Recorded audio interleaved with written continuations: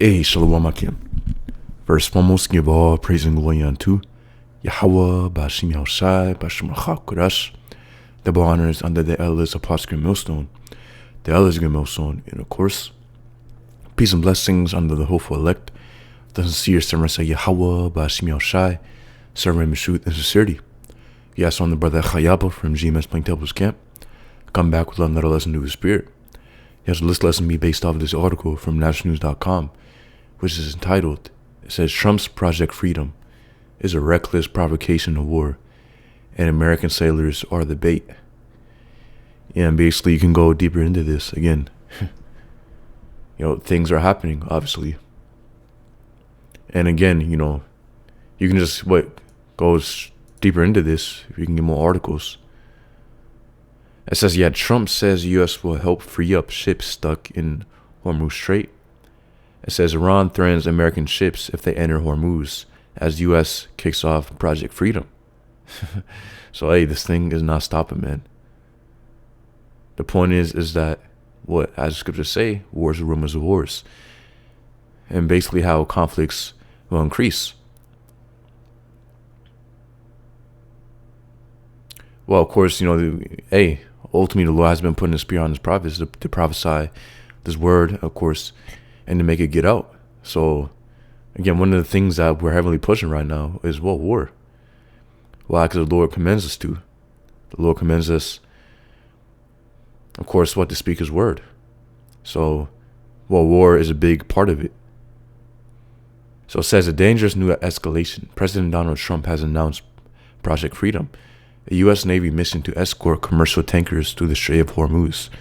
The official line is that this is a humanitarian gesture to keep global oil flowing. I see it for what it really is. A reckless provocation designed to force Iran into a military response, giving Washington the excuse it needs for a water war. And our own sailors are being used as bait. Exactly. So, again, the point is that this thing will not stop. It's not going to slow down. Ultimately, this thing will keep on increasing until obviously that war happens, World War III, the climax of it. And we know at the same time in parallel, the MOTB is going to be mandated.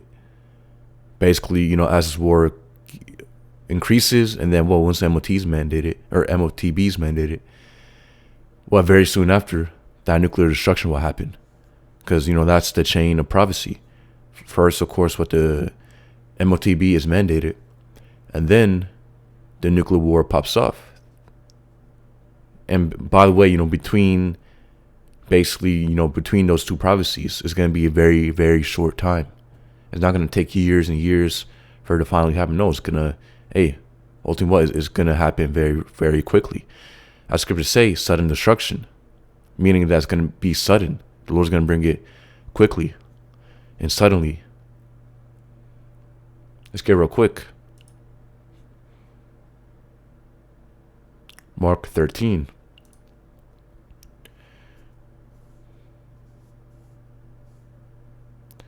And 3.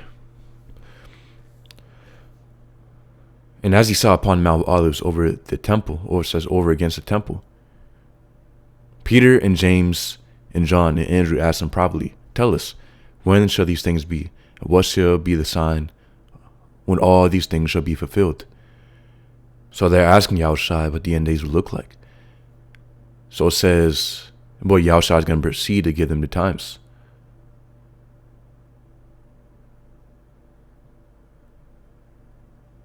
So according to what Yahushua is going to say, ultimately, we have, again, what the signs of how the end times are going to look like.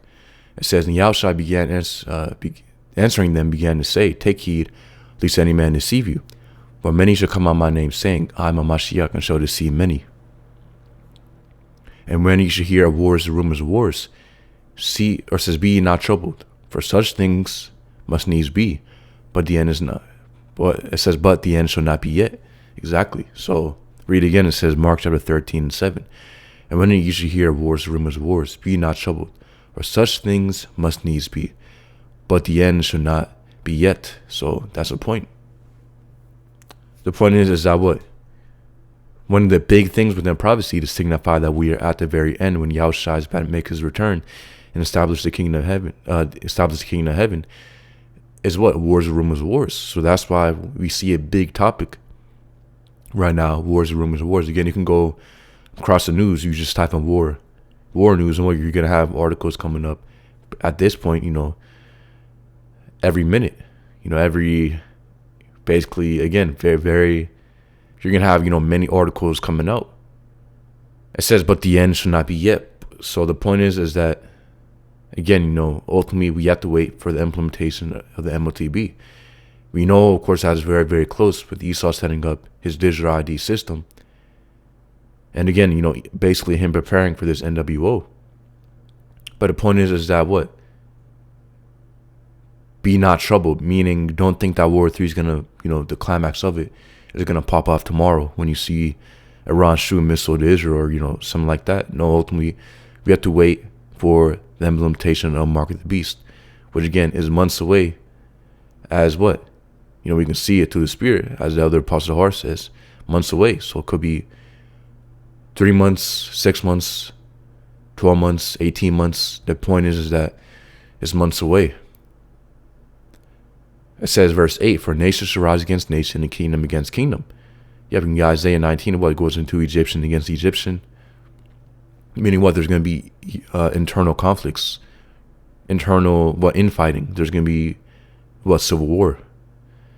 Scriptures say how there's going to be sedition among men.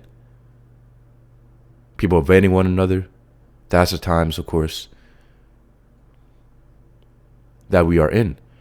It says, and there should be earthquakes in diverse places, and there should be famines and troubles. These are the beginning of sorrows. So again, these are going to be the big topics about what's going to happen. We can go deeper into Second Ezra chapter 16. We can get more into it. But the point is that these are going to be the big topics: wars, rumors, wars, infighting, civil war. So we see conflict all around the world, and wars happening. And how much more, or basically how much also do we see within America? So again, we see these other nations fighting. We see the U.S. involved, and we also see things happening within America itself. Civil war, people against one another, politics, and basically you go down a list. Again, you have people against one another. And there should be earthquakes in diverse places. Yeah, plenty of earthquakes have been happening. You go all throughout the years, you basically have, earthquakes happen, or basically at least one big earthquake that has happened. Let's go ahead and look it up. Yeah, so it says 2025 at magnitude 8.8. So yeah, Japan earthquake. So 8.8. So again, so you have 2025, Russia, you have. So basically you can look at this list, and again, you can just do a simple search and you can get this information yourself. But the point is that, and you can see the magnitude of each earthquake. And this all after 2020, by the way. I just put a year down. But everything above 7 magnitude. And it says, the most recent destructive earthquake is the 2023 Turkey-Syria earthquake sequence, yeah. It killed and it says it killed over 55,000. So, the point is that things are going to increase. And again, so obviously earthquakes are happening. And basically, again, especially that Turkey earthquake that happened, again, very, very recently, is a sign of the times that we are in. So again, we have the wars, rumors, wars. We have the nations against nation, kingdom against kingdom. We got the earthquakes. We have famines and troubles. And we know famines are increasing, especially with the Strait of Hormuz. There's constantly talks about famine. Again, just do a simple search on famines. You go to news. Yeah, again, 2 weeks ago, it says what causes famine in the world. So you got articles already being written on this. It says families forced into displacement by famine in Sudan. It says global famine fears rise as Hormuz crisis crisis threatens 8-year Suez scale disruption. So again, these are the big topics right now. What Yao Shai mentioned, showing you that things are coming to pass. As Yao Shai said, it says in troubles. These are the beginning of sorrow, so things are going to get much worse. It says, so that's the point. Trump rejected, it says, so going back to the article, it says Trump rejected Iran's latest 14-point peace proposal on May 3rd, calling it unacceptable, and then ordered the Navy to start guiding ships out of Hormuz. The Iranians have offered to reopen the strait within 30 days in exchange for an end to hostilities and later talks on nuclear enrichment. Instead of seizing a diplomatic off-ramp, Trump chose escalation. I believe the goal is simple: to put American warships in harm's way, hope for a clash, then use the resulting casualties to justify a full-scale ground war without congregational approval. So that's the point. And we know Esau is as death, so everywhere he goes, again, he brings death with him. Again, Esau loves bloodshed, having a reason just to shed a blood. Scriptures say, be not with an angry man, or what? Be not basically with, because, he's a bloodshedder. Esau is an angry man. And he loves violence. But they love blood, as the scriptures going to. So he'll literally put himself in harm's way, and just so he has an excuse, to cause bloodshed. Again, this is a very bloody man. So I believe it's a point. Those are you brothers out there edified. Yahweh Bashim Yao Shai, Bashim Akakodash Brakathum. Shalom.